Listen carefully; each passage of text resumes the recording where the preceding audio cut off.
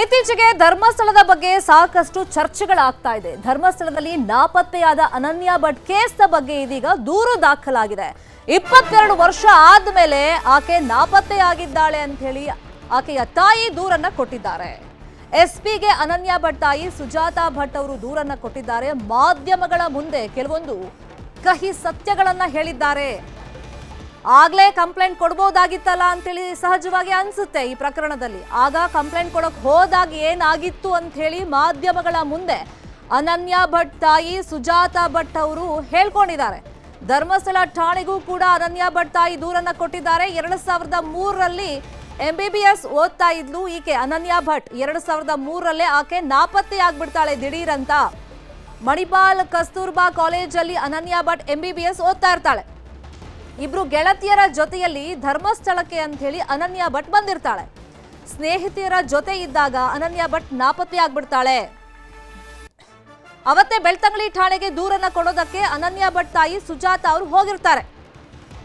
ಆದ್ರೆ ಪೊಲೀಸರು ಯಾವುದೇ ಕಾರಣಕ್ಕೂ ಮಿಸ್ಸಿಂಗ್ ಕಂಪ್ಲೇಂಟ್ ಅನ್ನ ತಗೊಂಡಿರಲ್ಲ, ರೆಡಿ ಇರಲ್ಲ ಪೊಲೀಸರು. ಆಗೇನಾಗುತ್ತೆ ಅಂದ್ರೆ ನೋಡಿ, ಬೆಚ್ಚಿ ಬೀಳಿಸುವಂತ ಸತ್ಯ. ಸ್ಟೇಷನ್ ಹತ್ರ ಸುಜಾತಾ ಭಟ್ ಇದ್ದಾಗ 4 ಜನ ಅವರನ್ನು ಕರ್ಕೊಂಡು ಹೋಗ್ತಾರೆ, ಎಳ್ಕೊಂಡು ಹೋಗ್ತಾರೆ. ಲಿಟ್ರಲಿ ನಿನ್ನ ಮಗಳನ್ನ ತೋರಿಸ್ತೀವಿ ಬಾ ಅಂತ ಹೇಳಿ ಆ 4 ಜನ ಕಿರಾತಕರು ಎಳ್ಕೊಂಡು ಹೋಗಿದ್ದಾರೆ. ಅದಾದ್ಮೇಲೆ ಸುಜಾತಾ ಭಟ್ ಅವರನ್ನ ಒಂದು ರೂಮಲ್ಲಿ 4 ಜನ ಕೂಡ ಹಾಕ್ತಾರಂತೆ. ಅವತ್ತಿನ ಘಟನೆ ಬಗ್ಗೆ ಅನನ್ಯ ಭಟ್ ತಾಯಿ ಎಕ್ಸ್ಪ್ಲೈನ್ ಮಾಡಿದ್ದಾರೆ. ಇನ್ನು ಮೊನ್ನೆ ವ್ಯಕ್ತಿಯೊಬ್ರು ನ್ಯಾಯಾಲಯದ ಮುಂದೆ ಹಾಜರಾಗಿ ಅನೇಕ ಮೃತದೇಹಗಳನ್ನ ನಾನು ಹೂತಾಕಿದ್ದೀನಿ ಅಂತ ಹೇಳ್ಕೊಂಡಿದ್ರಲ್ಲ, ಅದಾದ್ಮೇಲೆ ಒಂದೊಂದೇ ಕೇಸ್ಗಳು ಇದೀಗ ಬರ್ತಾ ಇದೆ ಹೊರಗೆ. ನನ್ನ ಮಗಳು ಕಾಣೆಯಾಗಿದ್ದು 2003 ನಾನು ಕೋಲ್ಕತ್ತಾದಲ್ಲಿ ಡ್ಯೂಟಿಯಲ್ಲಿದ್ದೆ. ಅಲ್ಲಿಂದ ವಾಪಸ್ ಬರಬೇಕಾಗಿದ್ದರೆ 2 ಡೇಸ್ ಆಗಿದ್ದು. ಅಲ್ಲಿಂದ ಬಂದ ಮೇಲೆ ಅವಳನ್ನು ಹುಡುಕಿದವಾಗ ಅವಳು ಸಿಗಲಿಲ್ಲ.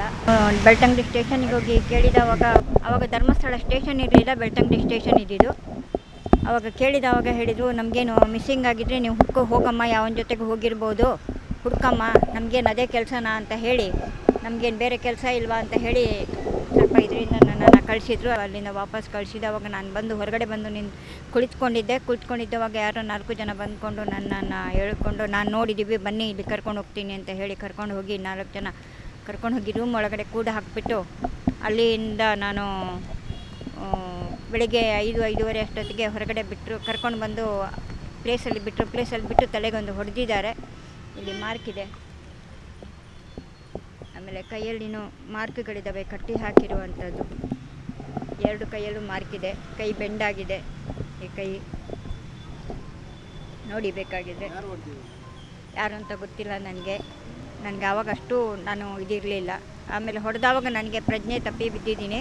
DNA ಟೆಸ್ಟ್ ಮಾಡಿ ಏನಾದರೂ ನನ್ನ ಮಗಳ ಅಸ್ಥಿ ಸಿಕ್ಕಿದರೆ ಅವಳನ್ನು ಸನಾತನ ಹಿಂದೂ ಬ್ರಾಹ್ಮಣ ಪ್ರಕಾರ ಸಂಪ್ರದಾಯದ ಪ್ರಕಾರ ಅವಳನ್ನು ಒಂದು ಆತ್ಮಕ್ಕೆ ಮೋಕ್ಷ ಸಿಗಬೇಕು ಅಂತ ಹೇಳಿ ನಾನು ಜೊತೆಗೆ ಅಷ್ಟೇ ಅದೇ ಮಾತೆ